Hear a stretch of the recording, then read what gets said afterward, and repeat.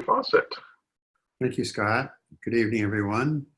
Um, as Scott mentioned, I'll start out with talking about a topic, and then if you have questions related to that, that's great. If you don't and want to talk about anything else, that's great too. So part of the excitement of these webinars is you never know what's going to come up, so it's always fun.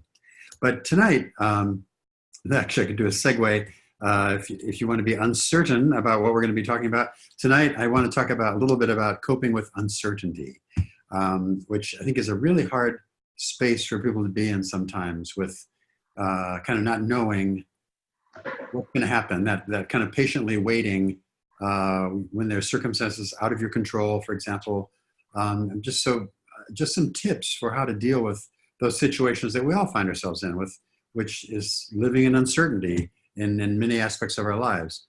And the key strategy, in my mind, for living with uncertainty is really to kind of trick the brain. Because what happens when well, let me back up. Our brains are really hardwired for fear. And this was really a successful strategy to help us survive.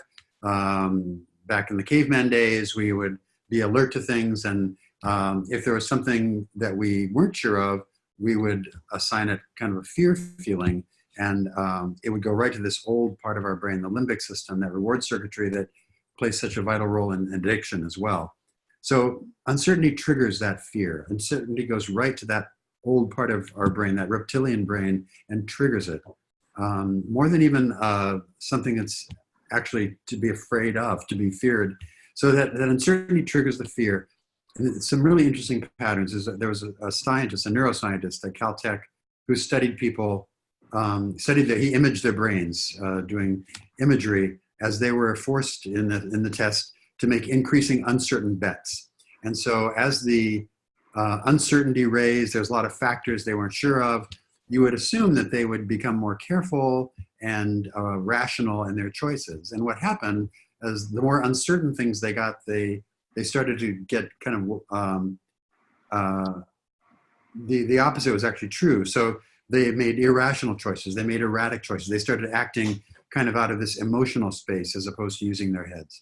And so I think we can take that little experiment and apply it to life in general with uncertainty. And what can we do about that? The first thing, and the overall strategy here, is to really quiet that limbic system, that part of that emotional core of our brain that is so reactive.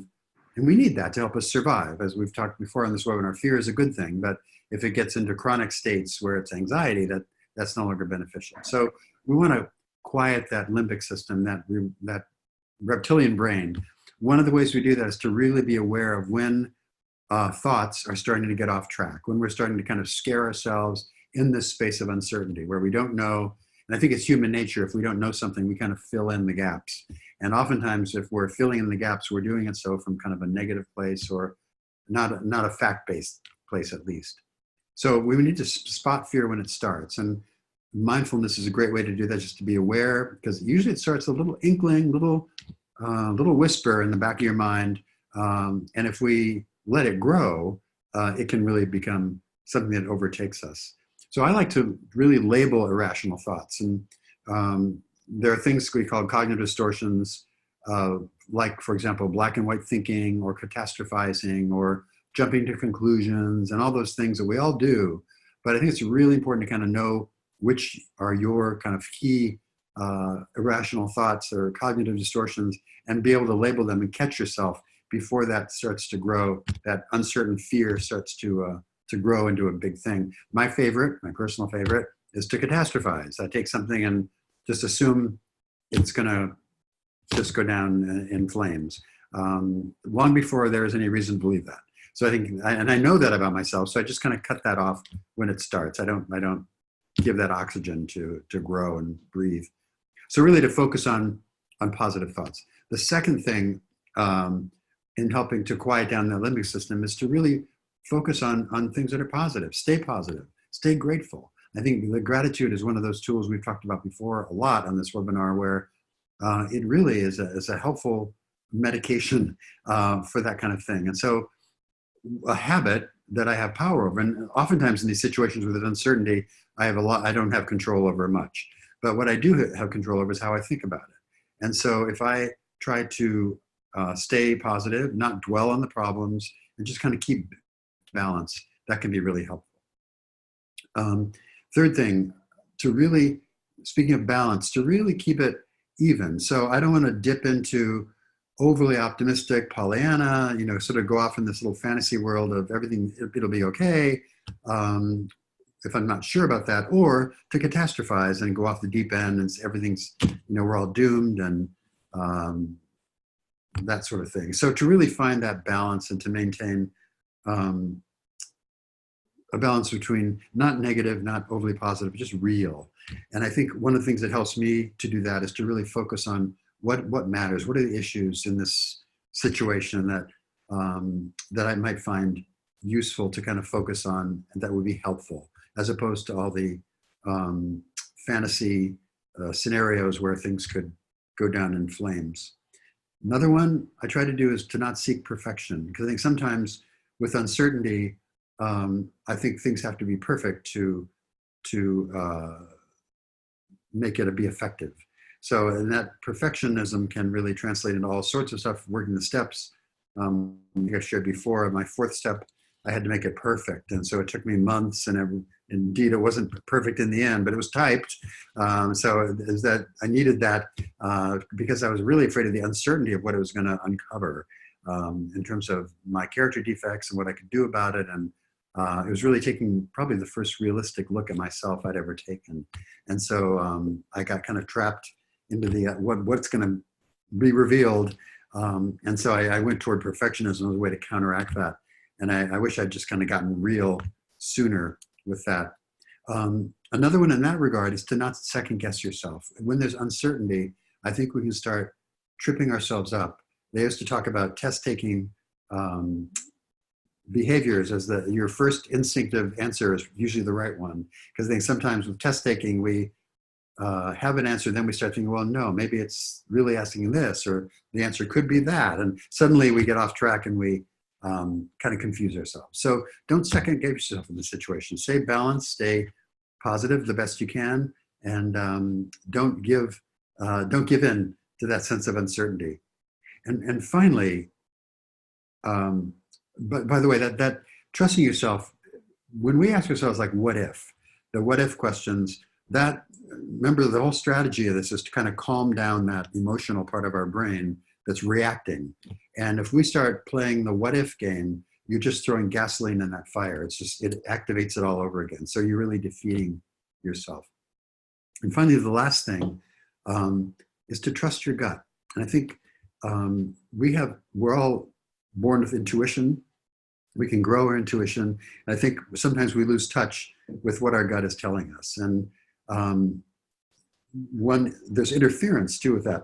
We can be overly influenced by people in our lives that can kind of affect and cloud our ability to see what's really going on in our gut. But I think I've learned to trust myself over time. If I have a feeling and a strong feeling, I'll usually go with that. And that's kind of one way I deal with uncertainty. Is like I trust my gut, which is an accumulation of all kinds of senses and wisdom and who knows, God knows what else. But to really get in touch with that ability to discern what action you should take and to really trust your gut. So in sum, basically, in this uncertain age and our uncertain lives, where we can kind of scare ourselves to death, we really want to calm down that automatic part of our brain that's just raring to react and push us into fear, and just calm it down, stay positive, look at the facts objectively, don't catastrophize, don't be Pollyanna, and just, in the end, kind of trust our gut and the fact that we have the resources to get through it. So that is my little spin on uncertainty. Thank you, Dr. Fawcett. What a great topic. Yeah, for those of you who joined us late, obviously our topic is dealing with uncertainty, which I think is a big thing for a lot of people in recovery, particularly people in relationships in recovery, because especially with sex addiction, porn addiction, relationships can be very uncertain. So use the Q&A feature to ask us questions, and we will answer them as best we can. Looks like we have a couple already. So I'm going to just jump right in. It has been 15 months since the discovery of my husband's emotional affair with my cousin's wife, and 9 months since discovery of his porn addiction that lasted at least 20 years of our 23-year marriage. He's only done 3 drop-in groups. He's still living in denial, you name it. The follow-up to this is he says he hasn't looked at porn since he was busted and never has thoughts or triggers now. He only did it because he was horny. Really? Yeah, I'm not sure what the question is, but it sounds like there's some uncertainty. You want to address that, David? Yeah. So, so it's very typical for addicts in their addictive behavior to kind of rationalize and cover over and be less than truthful and do the kind of things that some of what you're describing here. And so I think it's very common, especially I think in sex addiction, where there's often, as you say, these really painful patterns of really long-term deceit, if you will, and addictive behaviors that are kind of operating in the background. And so that's a shock. And I think sometimes when we have these situations, you mentioned being busted and these kind of rolling disclosures that are especially painful, I think, for people. It's like a drip, drip, drip of revelation. And so I think all that is indicative that there's some serious work to be done there in terms of meetings, maybe even treatment, to really get serious about it. Because a lot of those rationales, the sex addiction is not about being horny, right? The sexual behavior is not about being overly sexual or having a high sex drive or being horny. It's about numbing. It's about self-medicating.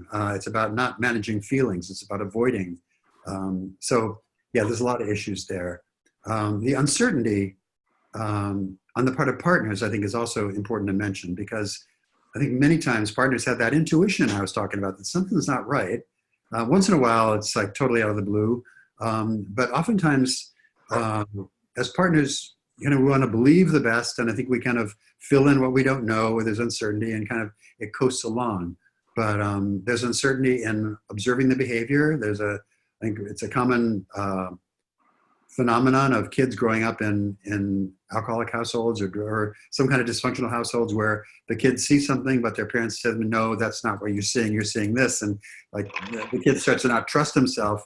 It's kind of your lying eyes kind of thing. And I think the partners experience that too. It's like they feel something's wrong, they see patterns, but they're being told that no, everything's fine. So that uncertainty is something that really has to be dealt with, because it can really take a toll, a physical toll and an emotional toll on partners, particularly in that situation. And then there's the uncertainty of recovery. Nobody gets a guarantee for recovery. And so when we start this process, a lifelong process, there's a lot of unknowns and uncertainty in it.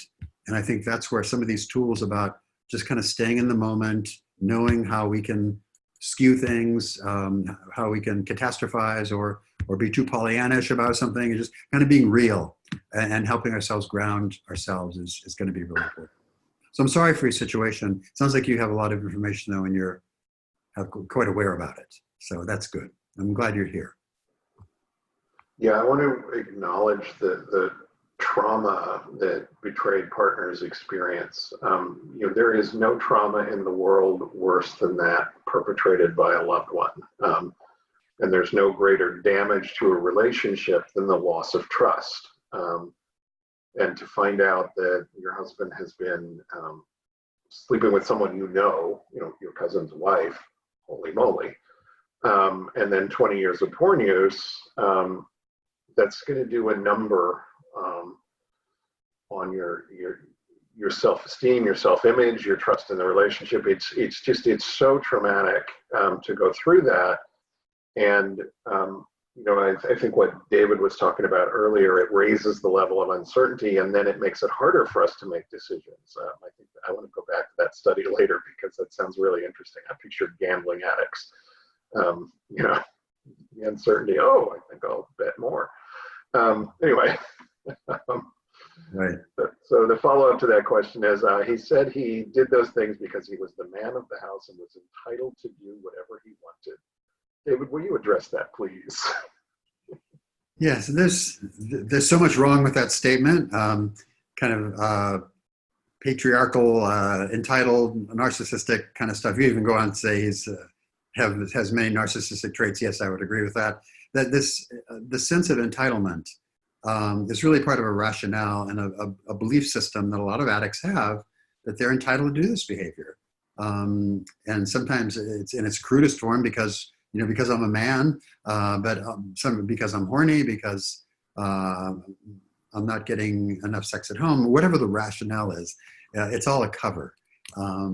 It's deceitful. And so, yeah, I think with this kind of profile, I think it's really important for you to make sure you have the support you need and the resources you need. And because part of that, living in a situation like that, I mentioned my last point there was trusting our gut, and sometimes our gut instinct can be clouded by opinions of other people and people kind of gaslighting us and kind of all the confusion that throws up in the air that we're seeing not only in our families, but politically too. There's all this kind of misstatements and misdirection flying around. So I think it's really important for you to make sure you have the resources you have and the clarity and some outside people that you can trust and talk to about this, because yeah, this is really going to be taking care of you at this point in the relationship, I think.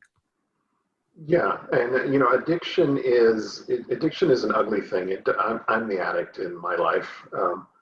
Addiction does ugly things to the way people like I think, people like me think, whatever. If somebody else was engaging in the behaviors that I was engaging in, I would have said in a heartbeat, wow, that person is insane and they're horrible and awful. But it's okay for me because blah, blah, blah, blah, blah, blah, blah. And I had 100 reasons why it was okay for me to treat you the way I was treating you. And to treat, and it made sense to me in my head at the time. I look back at it, I look in the mirror and I think, oh my God, who was that person? It wasn't me. It was completely against my integrity. It was completely against, my value system. But I did those things and they were awful. That may be where your husband is, and maybe if he chooses to move forward in recovery, he'll get some clarity. I certainly hope so, and I'm glad, as David said, I'm glad you're here getting support. I think that's very important. And I just want to underscore Scott's point because it's really important. There's a phrase, where I'm a good person who did bad things. I think it's important. It's important to hold out the promise of recovery too, and the gifts of that. I think a lot of sex addicts are probably narcissists. So, and narcissists can recover from addiction. And so I think it's important to not declare it hopeless, but to really also not allow yourself to be deceived or pulled off your own path of recovery and healing.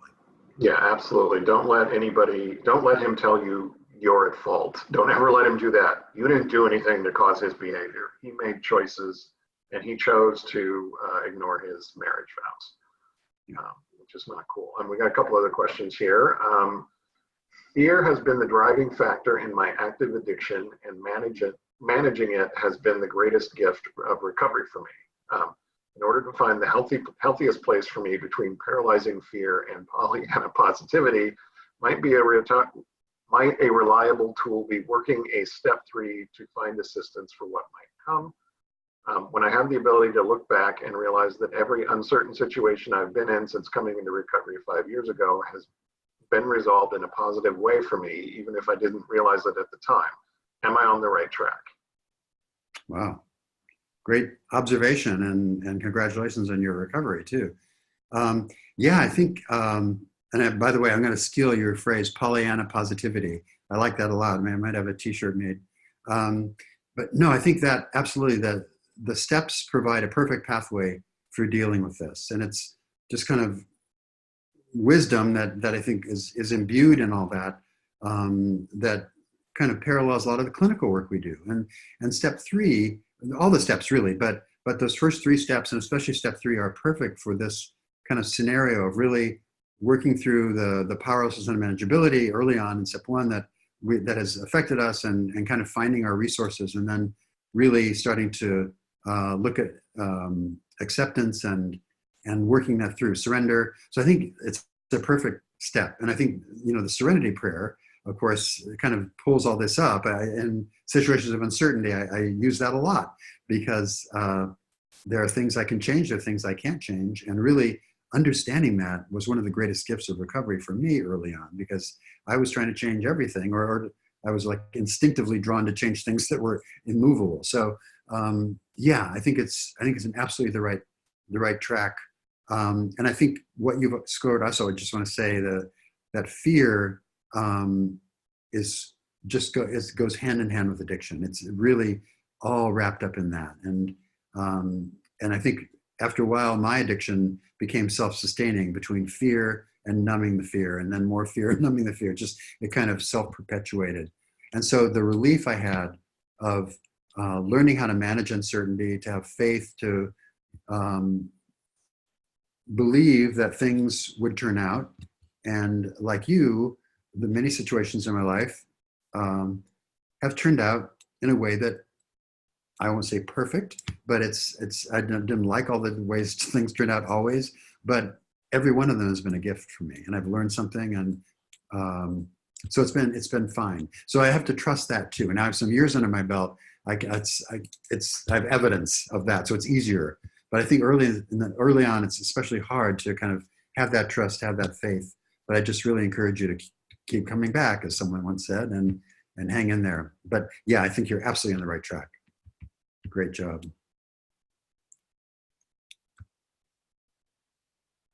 I would agree. I was muted there. Sorry.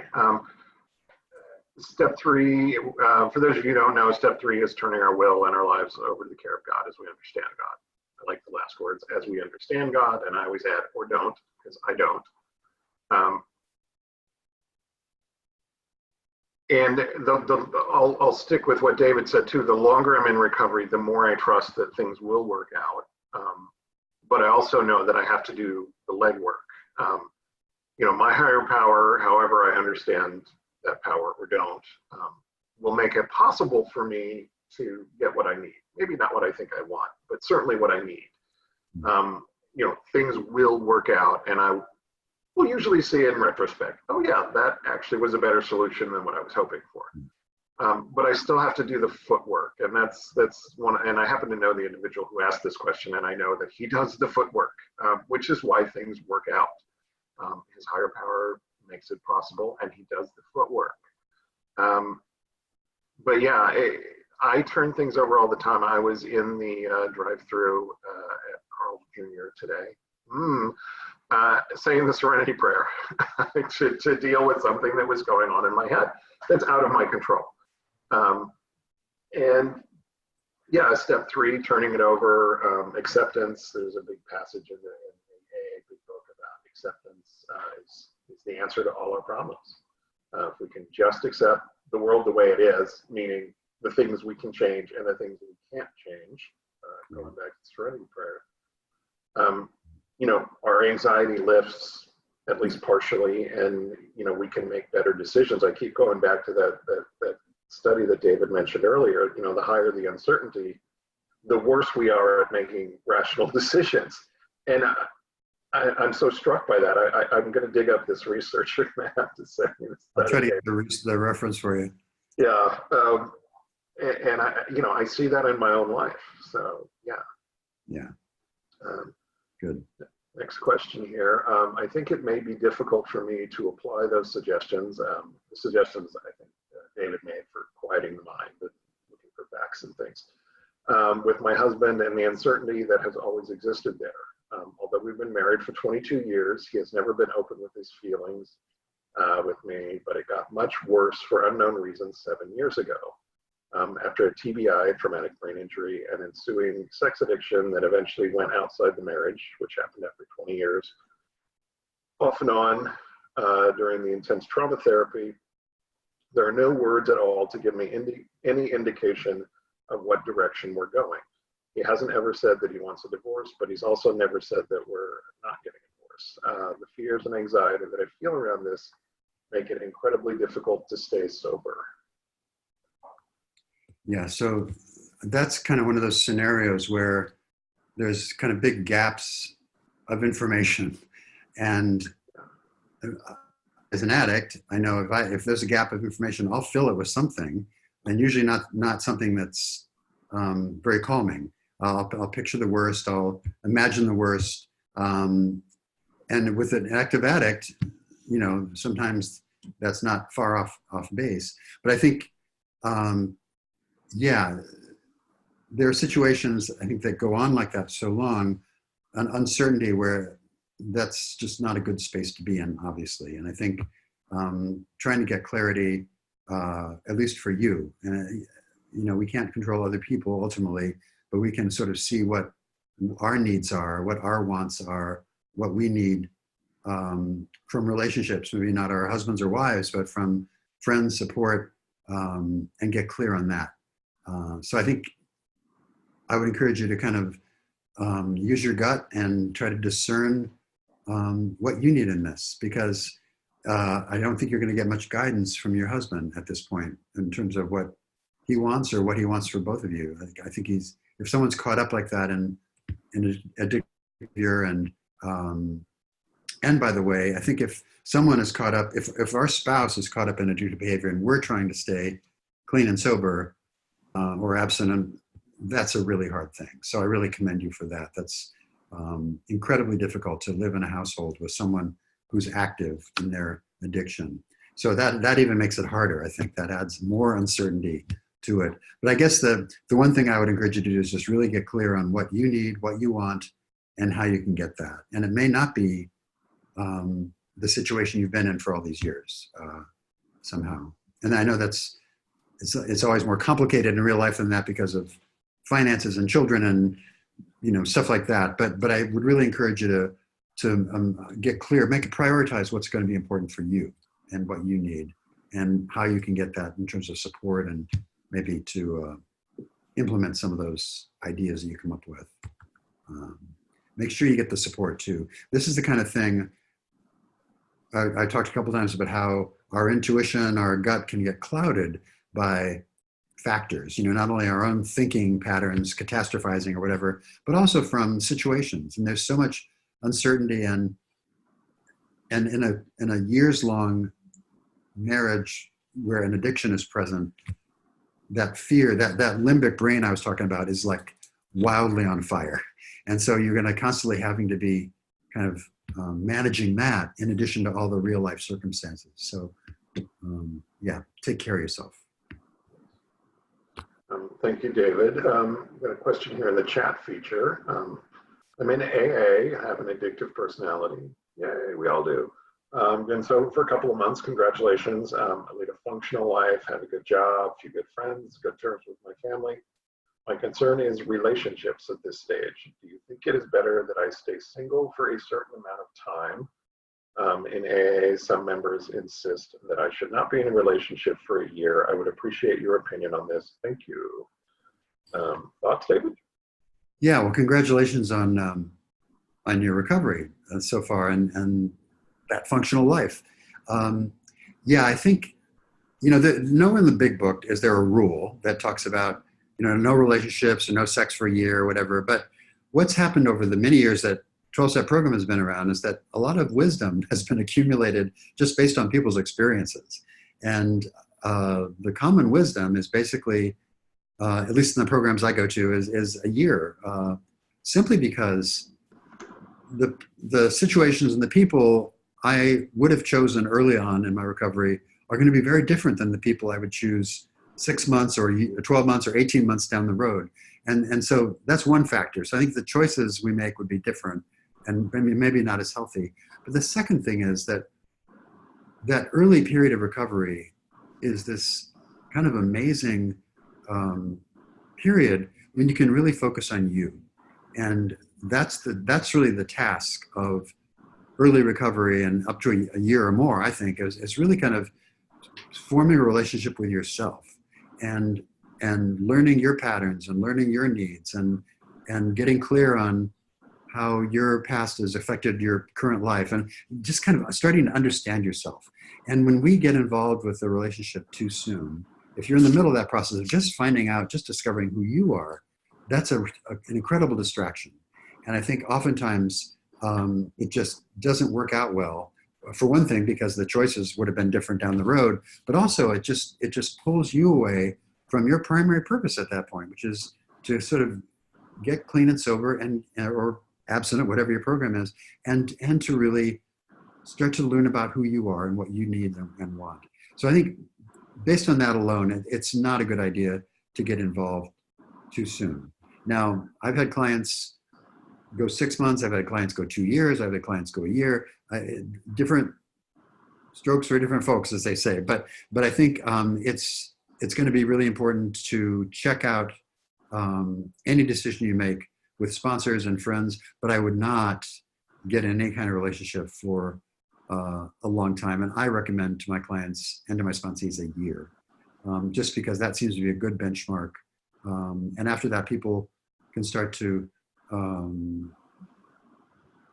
feel that they're healthy enough to make good choices and to really not get pulled off track by a relationship. The other thing with a relationship, they don't all work out, and with rainbows and unicorns and stuff. And so having something go south in early recovery is really kind of difficult. And I've seen a lot of people get involved too soon and it doesn't work out and they really end up hurt.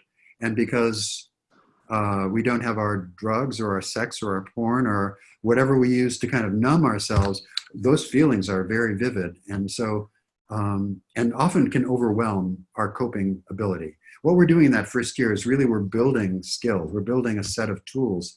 And early on, a relationship that goes bad, the feelings that creates can really overwhelm our ability to cope. And I've seen a lot of people lose their recovery situation. So I would just take it easy and take your time. Yeah, I could not agree more. Addictions are an intimacy disorder. David said earlier, sex addiction is not about the sex. It's not. Alcoholism is not about the alcohol. Drug addiction is not about the drugs. Addictions of all shapes and forms are about escaping our uncomfortable emotions. And as addicts, we turn to a substance or a behavior because we are not comfortable turning to other people. Non-addicts, when something goes wrong, they turn to their best friend or their mom or their husband or their wife. Addicts turn to the bottle or the porn or whatever. When I got into recovery, I got the substances out of my system. I wasn't looking at porn or, picking up hustlers or anything anymore. I was actually physically feeling really good, and the thought of sex and healthy sex, whatever that meant, I have no idea at the time. Still don't really. Relationships, it was, it felt like a good thing, but it was pointed out to me that the fixes that I needed to make were not going to come from another person. They were going to come from within. And this is what David talked about. I really had to find out who I was. I had been an active addict from middle school to my mid 30s and really into my later 30s by the time I got some sobriety. I had to peel back a whole lot of layers before I was able to have a relationship with myself and my higher power. And then I could worry about other people. I just wasn't ready. And I'm just gonna point one thing out. You say you're in AA, you're on a website with a webinar that deals with sex and intimacy issues. So I'm assuming you may be here for a reason, and that might be yet another reason to put it off for a while. But I could be wrong about that assumption, and if I am, my apologies. Yeah, I just want to say one other thing, that so many of us who are vulnerable to addiction grow up with the feeling that we're not enough in and of ourselves, and that we need somebody to kind of complete us. There was this horrendous piece of jewelry advertised on late night TV years ago. It was two halves of a heart, and one person wore one half and their partner wore the other half, and together we are one. And that's just like so wrong in so many ways, because we each need to be our own complete person. And when two complete people join together, that's a beautiful thing in a relationship. But it's so often, I think, especially in early recovery, when we don't quite understand that, it's really easy to think of this person kind of completes the parts of me that I'm trying to build. And that's not a good result. Yeah. Yeah, we even generally counsel betrayed partners, hold off for at least 6 months. Just put everything in a safe zone for 6 months or a year to work on it and to figure out what's really going on. Because, the emotions are like this, early in the process of healing. And one minute you can love a person and the next minute you can think you want to stab a fork in their eye. So yeah, I think this is good advice for the addict and for betrayed partners is, just put a lid on it for a while. Nobody ever died from not being in a relationship. Addiction does kill people. Let's work on addiction first. So this is a follow-up to our first question. That looks like the addict is still lying. The last lie he told was 1 week ago. He hid Dr. Rob's sex addiction book, Sex Addiction 101, highly recommended, under the couch cushion because he didn't want me to know he wasn't doing the work. I found the book, sent him the picture I took of it. He still lied about it and said he thought he put it in the spare room. I think he was driven by fear. Where should he start in recovery? He is currently looking for a marriage counselor. But only because I packed I'm going to change one of the words here, his things up in boxes. So let's stop there, David. There's more to this, but let's stop there. Where should the addict start in recovery? And more importantly, what can the betrayed partner do to encourage that?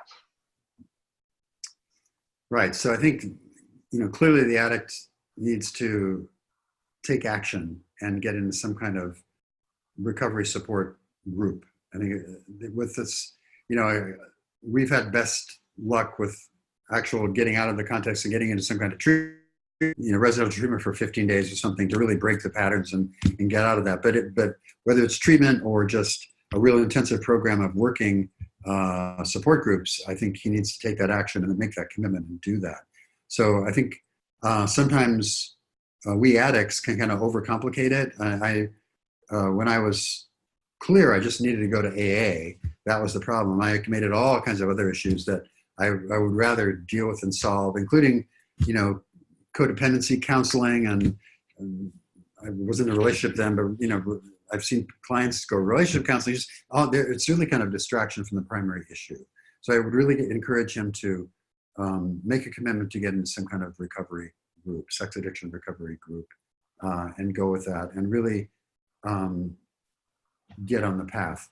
Now, where he's going to get, I think, kind of good information and get kind of straightened out is going to be in those groups. It can't really come from you. I don't think you can, that's not your role in this. You can, I think, set good boundaries, which is your role, to be real clear on the expectations and the consequences.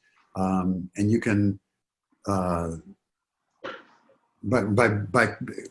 expressing clear boundaries, one thing you're doing is I used to talk about with my clients about kind of not dancing the dance. I think sometimes we a partner will do something, the spouse reacts, then there's counter reaction, and just this is games that couples can play. And I use games like in quotes. It's not really obviously a game, but the one thing the partner can do is just stop playing. Set boundaries and go get your own support and your own recovery and start taking care of you. And I think that just that can sometimes shake up the dynamic enough that the person in need of treatment will start to seek some help. But I think there's that definition we've all heard where you keep doing the same thing over and over again, expecting a different result. And I think sometimes couples get involved in that. I'm not sure that's what is your experience here, but I think clearly what he needs is to make a commitment to some kind of recovery program. And what you can do is to really set some boundaries and take care of you and get the support you need. Yeah, it's relationships. Marriage counseling is great, but it sounds like he's a sex addict, and you might need to get some counseling for sex addiction.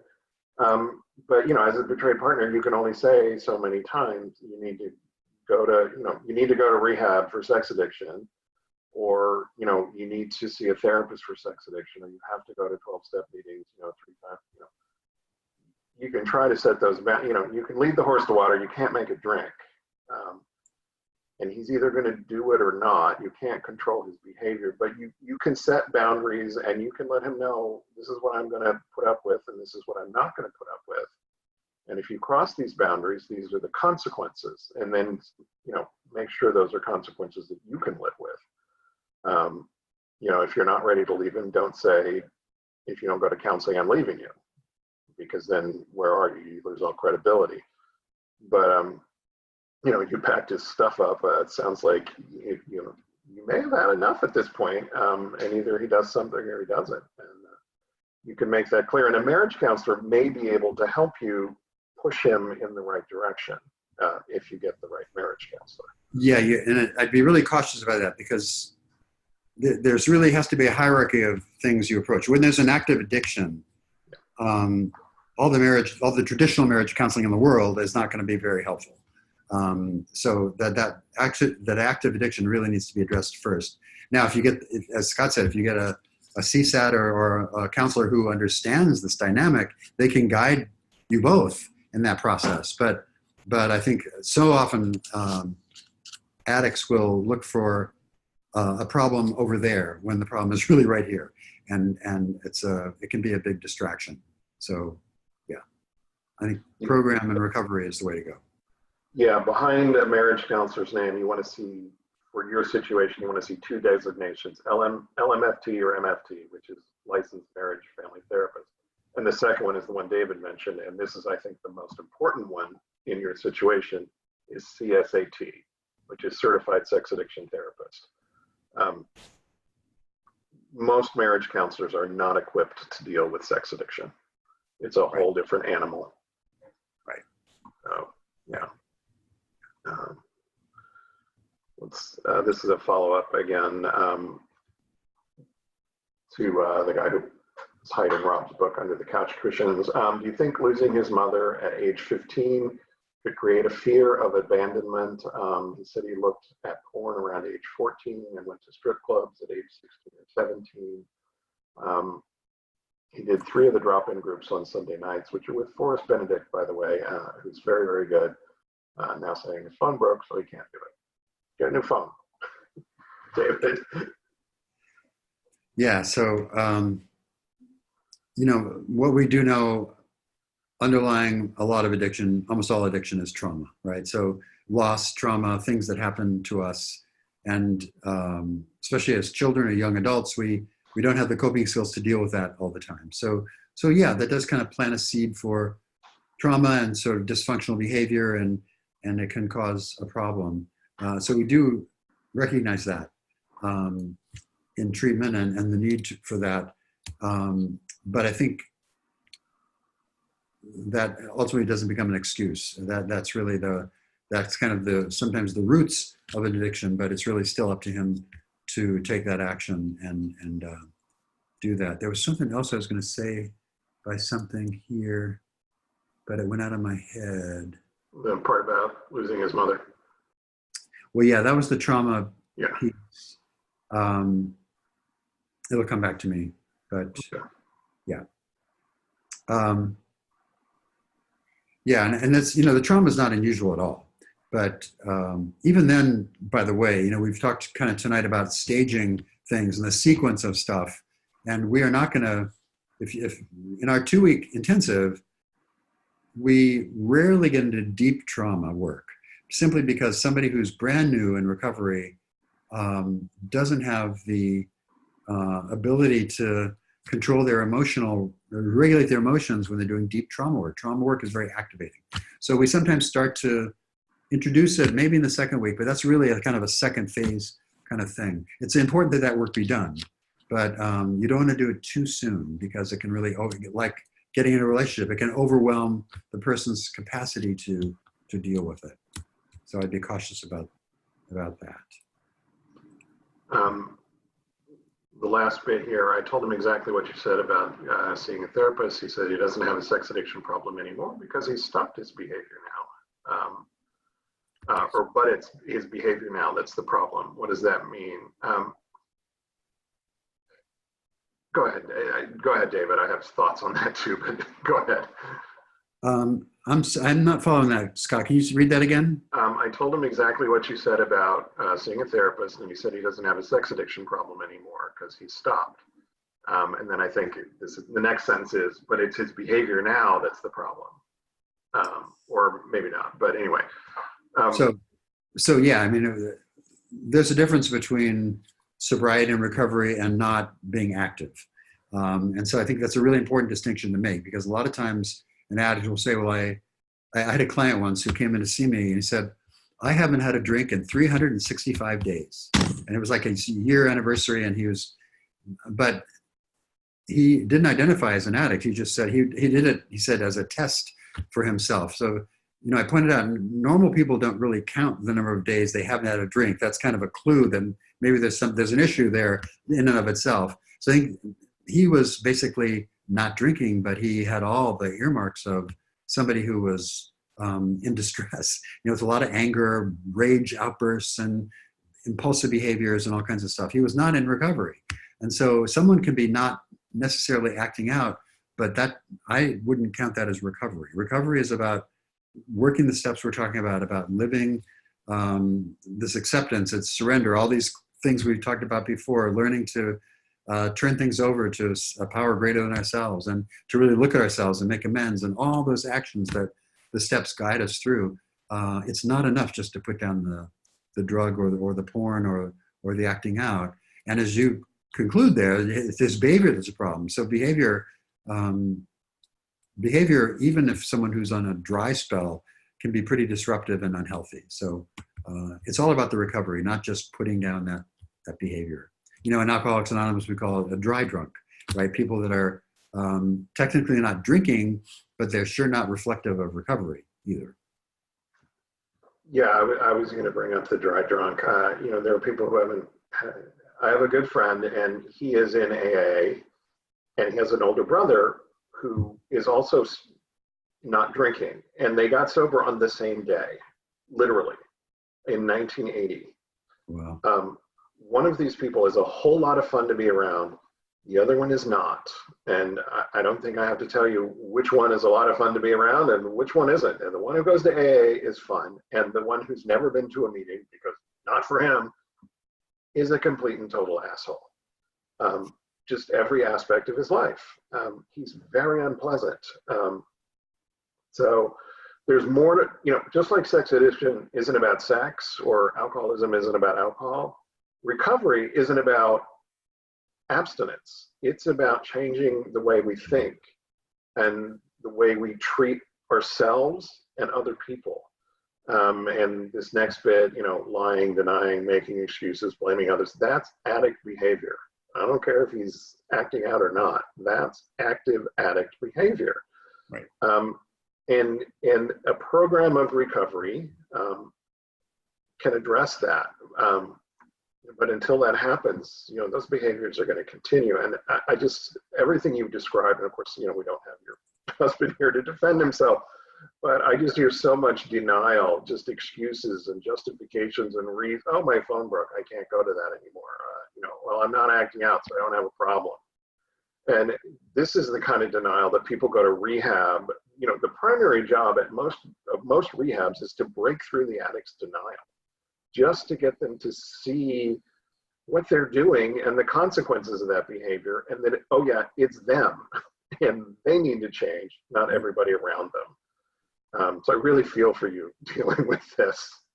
Right. Yeah. And the things we deal with is empathy, right?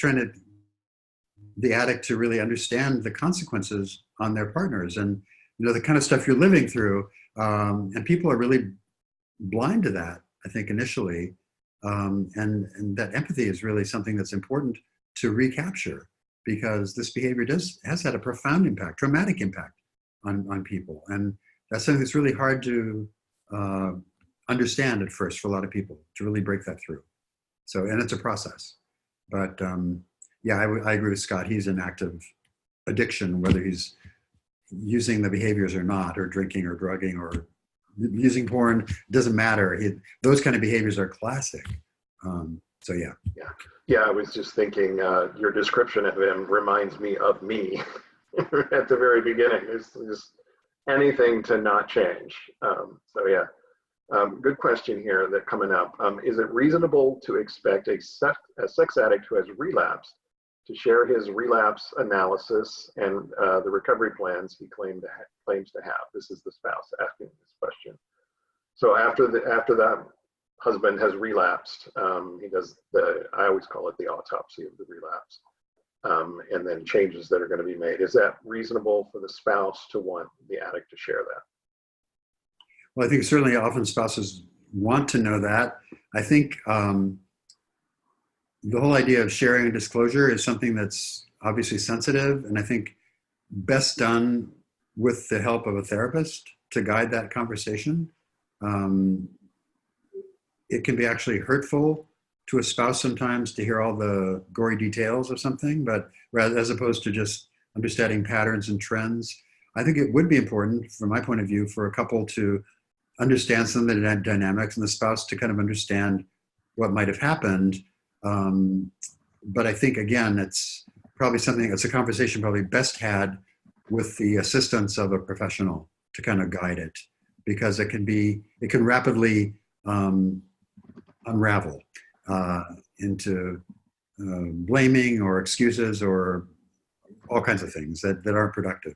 And so I think to understand that, I think I, as a partner, would appreciate kind of knowing some of the dynamics, although it's ultimately not my responsibility to control the relapse of my partner. But I think, yeah, some of that information is useful. But again, I think that whole area of disclosure is quite sensitive and can actually be counterproductive sometimes. So I think having a professional assist you would be useful in that scenario. David, do you walk your clients when you're working with them through, sort of an autopsy after they've relapsed? Yeah. And if so, what do you have them do, just out of curiosity? Right. So I think that it's a really useful tool because, as we know, with these intensity addictions, whether it's sex or porn or chemsex, there is relapse that goes with it on the way to recovery quite frequently. And it's useful to really, when someone has a slip or a relapse, to go back. And what I have them do is to start working backwards and to really encourage them to go way back to the decision points, to the thoughts that underlie, the feelings that were there. And very often someone will trace a relapse back, days or weeks earlier, before they actually acted out. They were having a nagging feeling or an uncomfortable feeling or a negative belief, or something was triggered, and it sort of slowly kind of worked its way into a plan and a behavior. And so I think they're very useful. So people can understand what feelings might have triggered that. It's really all about understanding the triggers and the thoughts that underlie it. And then you have the power to change them to avoid it happening again. So I think, yeah, to go back and really do an analysis, almost a decision tree of what I was feeling then, what I did, what I believed about myself, and work it backwards until you can find really, where did this thing start? Relapses don't come out of the blue, and a relapse is not just the act of acting out. It starts long before that. And I think the value, the meat of a relapse is really looking at that process and the points at which the addict was vulnerable or made poor choices, and how could he or she know that they were at that point and make a better choice. And it's all that kind of education and reflection on a bad situation. And that's I think the best possible outcome. Relapses are all, people feel so much shame for them so often. And I think, they're unfortunate, but I also think there's a great gift sometimes in learning something in a relapse. If people can take a bad situation and take something from it and understand that it'll help them prevent one in the future, I think that's a good thing. Unfortunately, we're not going to get to all this stuff today, but so I'm going to pick this one out. This is a follow-up to the previous question. He doesn't, about the relapse autopsy. He doesn't see the need for me to have this info in order for me to feel safe that he's actually doing anything to prevent another relapse. He's still exhibiting the same behaviors and attitudes he was before and and during the relapse. He says he only needs to share this with his sponsor. What do you think about only needs to share it with the sponsor, David? Again, it's a gray area. I think that sometimes an addict can kind of hide behind that, confidential executive privilege, or if you will, to not good results. So I think, yeah, the spouse has some right to kind of know where their partner's at, if they're in recovery or not, and their behaviors. I think the specifics get tricky, and that's where I really encourage you to get some help from a professional. But I do know that trust is something that the addict in recovery wants to happen very quickly. They want and I've worked with so many guys who really believe they're in recovery. They believe it's different in their gut, and they're being truthful when they say, "I'm done with this. I'm over it," and they want that trust from their spouse to come back quickly. And the spouse, of course, has been burned and is not so easily swayed to provide that trust. So there's always that mismatch. And I think, but my point in this is that I think all the information in the world may not help you gain back the trust you need. I think time does that, behaviors do that, not so much information about what he may or may not be doing, but really his behavior and his actions, I think, and that you can see and observe and feel are really what's going to aid that process. Yeah, it's every betrayed spouse has a right to feel safe, but there is that gray area about, well, this is something I'm working on with my therapist or my sponsor, and you as a betrayed spouse probably don't want every little detail. It seems like what you're asking for is you just want to know for sure that he has a plan to avoid relapse in the future, especially the same type of relapse. I would say that if he's working with his sponsor and he's really doing it, that he does. That's part of what he's done with his sponsor.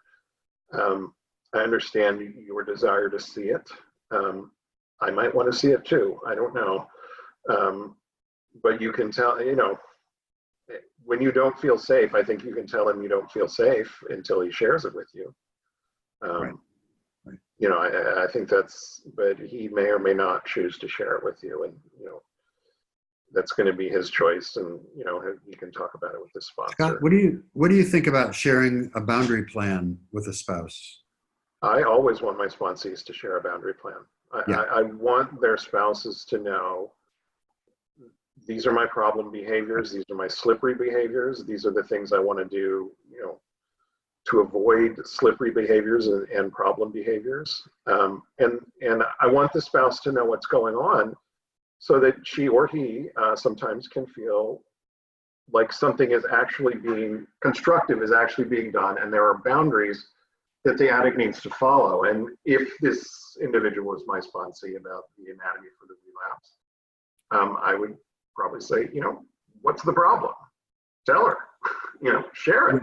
I think that boundary plan kind of gives you some of that information that you're looking for, and is a good thing for you to know. Yeah. Wow, that has been a very fast hour. Yes. David, we have several more questions. I apologize to everybody that we didn't get to all of the questions. There's a bunch of them, sorry. Save them for next week. Yeah. We'll be back. David, you want to wrap us up a little bit and take us out? Yeah, so the topic tonight was uncertainty. Uncertainty really stems from our brain being wired to look at uncertainty with fear. And we know from science now that the more uncertain things are, the more erratic our behavior is. We don't get more careful and rational, we get a little bit more impulsive. And so calming our brain, whether it's through not catastrophizing, not jumping to conclusions, trusting our gut, getting feedback, all those things we can do to kind of just stay nice and calm and rational in those moments. Thank you, David. Thank you, everybody, for coming tonight and for all the great questions. Again, we apologize we couldn't get to all of them. Usually we get to almost everything. I know. We're not even close tonight.